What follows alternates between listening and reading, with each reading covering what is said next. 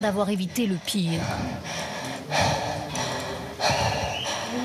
Narges décide sur le champ de quitter Téhéran. Pour la protéger, nous floutons son visage. Je ne sais pas où aller. Je ne sais pas quoi mettre dans mon sac. Je mets tout en vrac. Toutes les autoroutes sont embouteillées et les rues sont vides. Il n'y a plus de voitures, aucun taxi. C'est très difficile. C'est même dangereux de ressortir rejoindre le métro. Cette nuit, elle nous envoyait ces images d'interception de missiles vues de sa fenêtre. Ils sont en train de frapper au-dessus de chez moi.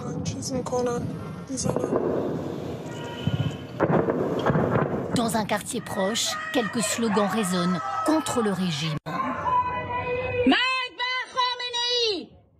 Mort à Khamenei! Les ayatollahs sont parfois tenus pour responsables des bombardements israéliens. Mort aux gardiens de la révolution!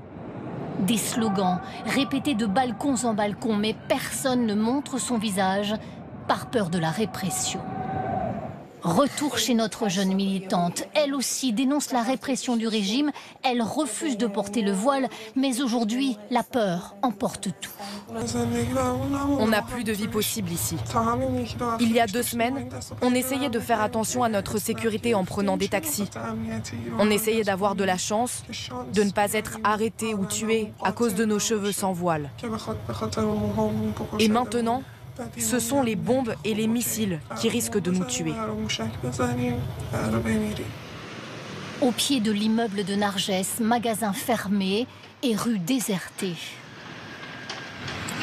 Il n'y a plus personne. Plus loin, ces files d'attente sans fin pour tenter de trouver de l'essence. Nous suivons cette famille quittant Téhéran pour se réfugier vers le sud. Les 2 femmes sont en pleurs. L'autoroute est saturée d'habitants fuyant la capitale. Ils ont frappé ici, regarde la fumée. Quelques minutes auparavant, les difficiles au revoir avec le reste de la famille. Le grand-père et la grand-mère refusent de quitter Téhéran. Cet enfant a peur de quitter l'appartement. N'aie pas peur des bombardements. Regarde-moi, personne n'a été tué. On a vu des gens blessés, c'est tout. Ne sois pas triste. Conciliabule pour tenter de trouver de l'essence, anxiété et incertitude. Autour de chez nous, dans le quartier, ça frappe. Il y a beaucoup de bombes, de missiles. Les enfants sont arrivés à la maison et ils pleuraient. Ils avaient peur parce qu'ils disaient qu'il y avait des frappes partout. Et même sur la route qui mène chez nous. Ils partent vers la ville d'Arak, plus au sud. À 3h30 de route, le Canari du voyage. Mais il leur faudra 14 heures pour atteindre leur but. La nuit tombe, dans les embouteillages, loin des bombes. Et au petit matin, à l'arrivée, aucun logement disponible.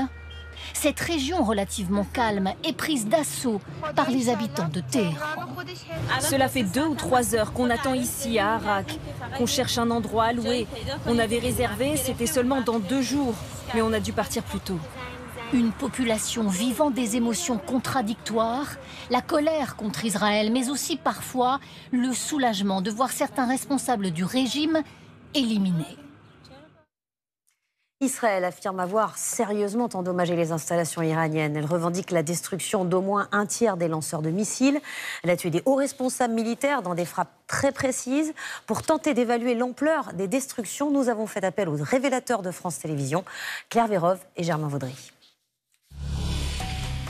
Depuis le 13 juin, jour et nuit, Israël multiplie les frappes en Iran. Quelle cible? Quel bâtiment visé? C'est l'enquête des révélateurs. En 5 jours, l'armée israélienne a mené des centaines de frappes sur le sol iranien.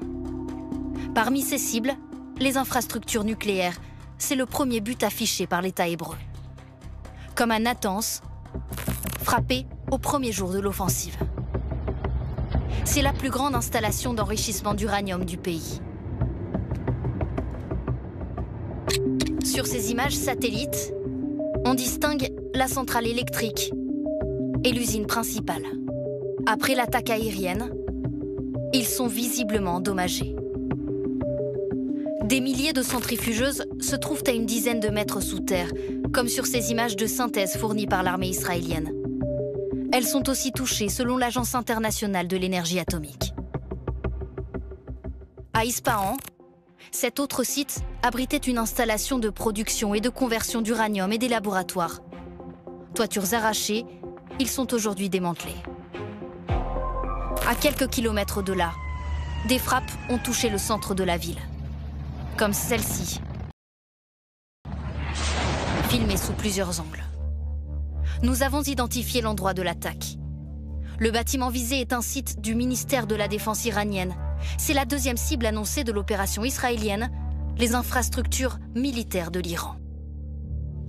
Nous attaquons les industries, localisons les agents iraniens ainsi que les armes. C'est le centre d'armement de Kermanshah. L'objectif des Israéliens, détruire les missiles balistiques. À Kermanshah, plus ancien site de stockage de missiles, les dégâts sont visibles. Les entrées de ces tunnels semblent endommagées. Il y a 3 mois, l'armée iranienne présentait l'étendue de ses stocks dans des tunnels similaires. Des missiles de moyenne portée, capables d'atteindre le territoire israélien. Depuis vendredi, l'armée de l'État hébreu traque ces missiles, y compris lorsqu'ils sont transportés, comme hier, sur cette route, vers Téhéran. L'armée israélienne affirme aujourd'hui avoir détruit 1/3 des lanceurs de missiles iraniens. Mais Israël veut aussi s'assurer de sa supériorité dans les airs. Épaisse fumée noire sur cette colline dans l'ouest du pays. Le radar anti-aérien qui était installé est aujourd'hui détruit. Enfin, l'armée israélienne frappe aussi des raffineries et des dépôts de pétrole comme celui-ci au nord de Téhéran. 11 réservoirs en flammes, l'équivalent de 3 jours de carburant pour la capitale. D'autres bâtiments sont aussi touchés, comme cet hôpital, dans l'ouest du pays. Voici l'unité de soins intensifs de l'hôpital de Kermanshah. Selon les autorités iraniennes, plus de 200 personnes sont mortes et plus d'1 millier blessés depuis le début de l'offensive israélienne. Bonsoir Valérie Lerouge. Bonsoir Sophie. Israël a démontré qu'il pouvait éliminer qui il voulait, même les plus hauts gradés sont ciblés. Oui, alors en haut de la chaîne de commandement, il y a le guide suprême religieux, Ali Khamenei. C'est lui, le véritable chef de l'État en Iran. Alors il n'a pas été encore visé, mais le Premier ministre israélien en fait très publiquement une cible. En revanche, ses 2 plus proches fidèles, eux, ont été tués, et pas des moindres. Le chef d'état-major de l'armée conventionnelle, Mohamed Bagheri, et plus politique, plus idéologique aussi, le général de division des gardiens de la Révolution. À peine tué ce week-end, aussitôt remplacé par ces 2 hommes. Et aussitôt remplacé, le successeur à la tête des gardiens de la Révolution, Ali Shadmani, a été abattu également ce matin à son tour. Alors l'armée israélienne ne s'arrête pas là et décime méthodiquement tout l'organigramme des gardiens de la Révolution. Ce sont eux qui font régner l'ordre et la loi en Iran. Alors il y a le commandant en chef des gardiens de la Révolution, il y a le commandant des forces aériennes qui a été également tué, le chef du renseignement et 2 de ses officiers, ainsi que le général en charge d'Al-Qod, c'est une unité d'élite. À noter quand même que les plus hauts gradés de l'armée régulière, la marine, l'armée de l'air, l'armée de terre, eux n'ont pas encore été visés en tout cas. Et pourtant, plus que les gardiens de la Révolution, ce sont eux qui détiennent la force militaire. Israël a également visé des scientifiques. Oui, 9 depuis vendredi, tous liés au programme nucléaire. Alors ce sont d'éminents physiciens, mais qui ne sont plus en charge directement de l'uranium enrichi. Par exemple, il y a l'ancien patron de l'OIEA, c'est l'organisation iranienne de l'énergie atomique, ou encore ce physicien, Mehdi Teranchi, qui est surtout aujourd'hui un président d'université. Ils ont été tués. En revanche, la main-d'œuvre, le savoir-faire, l'expertise du nucléaire iranien, eux, sont intacts. Merci Valérie. L'attaque du premier jour aurait été préparée de longue date. Les services secrets israéliens, sous le nom du célèbre Mossad, ont fait une démonstration de force en s'infiltrant au plus près des dignitaires du régime et des chefs militaires. Des missiles ont également été tirés depuis les plaines iraniennes. C'est assez rare, mais le Mossad a montré les images de ces attaques. Diane Schlinger. Le scénario atout d'un film d'espionnage. L'Iran a été infiltré en profondeur pour être frappé en plein cœur. Voici le récit de l'opération inédite menée par Israël. Nom de code, le réveil du lion. Lancé vendredi 13 juin à 2h15 du matin, mais orchestré depuis des années par le Mossad, les services secrets israéliens.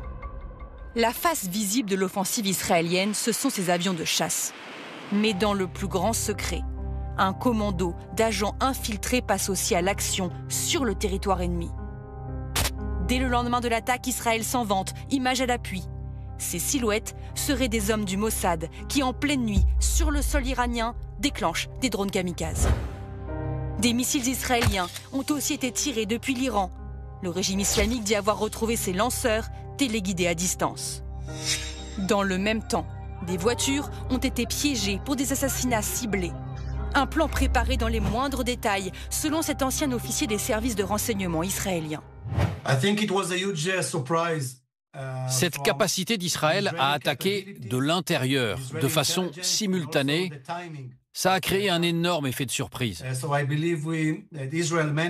Ils ont réussi à provoquer le chaos, la peur et surtout la destruction de la défense iranienne. Depuis vendredi, c'est la paranoïa en Iran. Les autorités poursuivent, fouillent systématiquement tout véhicule suspect.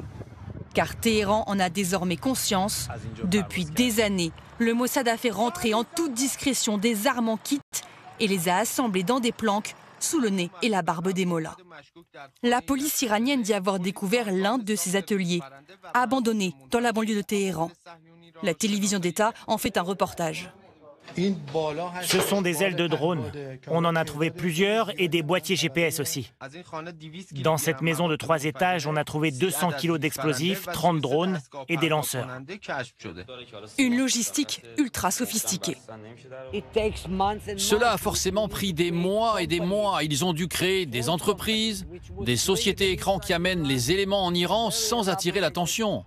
C'est très élaboré. Il a fallu du personnel pour recevoir les marchandises, recruter des agents des douanes, trouver des entrepôts, des chauffeurs de camions. La plupart d'entre eux ne savaient même pas qu'ils étaient manipulés par le Mossad.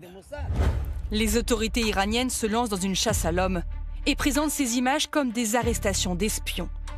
Plus de 500 agents à la solde d'Israël auraient participé à l'opération. Des hommes du Mossad, mais aussi des recrues iraniennes, suffisamment haut placés pour savoir en temps réel où et quand frapper. Et nous partons en Israël où l'on retrouve notre correspondant Arnaud Miguet. Arnaud, est-ce que les Israéliens soutiennent l'opération que mène Netanyahou en Iran ? Eh bien, pour le moment, Sophie, cette guerre contre l'Iran semble faire l'objet d'un consensus. Il faut dire que pendant des décennies, les Israéliens ont entendu les ayatollahs promettre leur destruction. La question iranienne et nucléaire est donc existentielle. Les Israéliens soutiennent probablement tant que cette guerre ne dure pas. Le Premier ministre Benjamin Netanyahou a rappelé hier qu'il souhaitait remodeler le Moyen-Orient. Cela passe par l'Iran, mais aussi par les autres fronts, comme la Syrie, le Liban, le Yémen et bien sûr la bande de Gaza, mais l'Iran éclipse tout le reste, et notamment Gaza, au moment où ces derniers jours, les critiques contre l'offensive menée dans l'enclave étaient de plus en plus virulentes à l'international. En Israël, les manifestations pour le retour des 53 otages entre les mains du Hamas sont suspendues, et le sort, Anne-Sophie, des Palestiniens dans la bande de Gaza, ravagée par les bombardements israéliens, a disparu de l'actualité. Merci Arnaud. L'invité du 20h est Noémie Collaert. Bonsoir Noémie Collaert. Vous êtes déjà venue sur ce plateau nous parler de votre sœur Cécile Collaert et de son compagnon Jacques Paris. Ils sont retenus prisonniers depuis plus de 3 ans en Iran.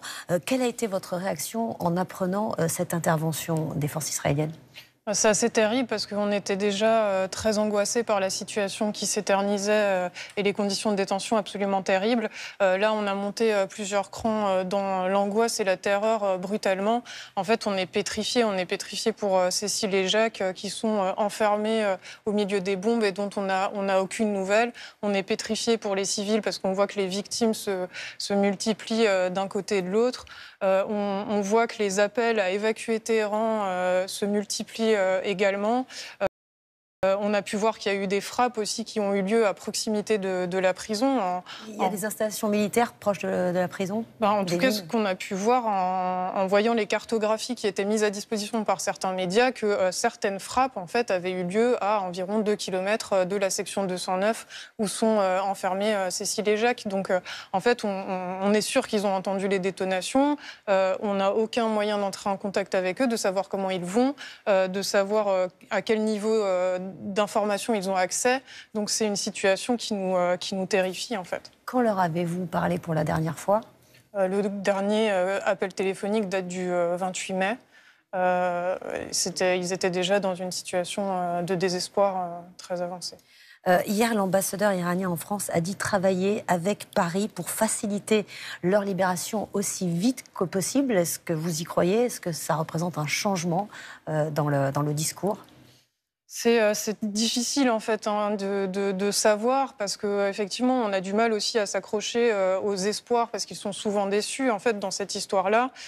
C'est vrai que là la situation est d'une urgence capitale en fait. C'est vraiment Cécile et Jacques risquent de mourir. On nous a toujours garanti, les autorités françaises, qu'ils reviendraient en vie. Aujourd'hui on sait que cette garantie n'est plus aussi claire. Vous disent-elles, les autorités françaises, vous êtes en contact avec le Quai d'Orsay? Oui, tout à fait. Bien, elles nous disent qu'elle continue à être pleinement mobilisée pour la libération de Cécile et Jacques, elle continue à y travailler activement, mais c'est vrai qu'au-delà de ça, on n'a pas de réponse concrète.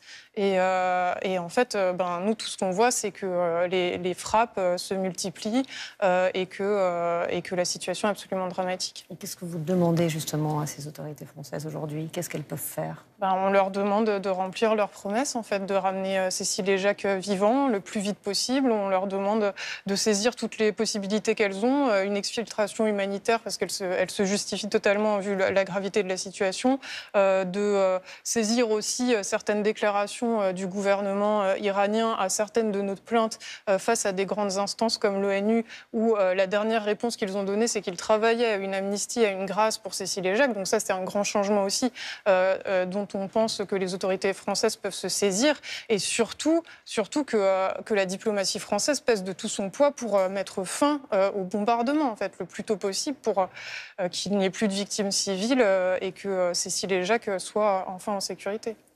Merci beaucoup d'être venue sur ce plateau, Noémie Coller, donc pour nous parler de Cécile et Jacques. Et l'on espère que leur calvaire ne va pas durer plus longtemps. On poursuit le décryptage de l'actualité dans quelques minutes à 21h sur France Info, Canal 16. Vous retrouverez Loïc Delamornay qui vous emmène sur le terrain. Sur France 2, c'est le journal météo-climat d'Anaïs Baïdemir.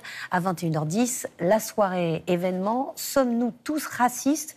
Émission présentée par Marie Drucker, suivie du documentaire « Noir en France » réalisé par Aurélia Perrault et Alain Mabancou. Demain à 6h30, c'est Télématin, Flavie Flamand et Julien Arnaud. À 13h, Julien Bugier. À demain, bonne soirée. Retrouvez toute l'actualité en continu sur France Info Canal 16.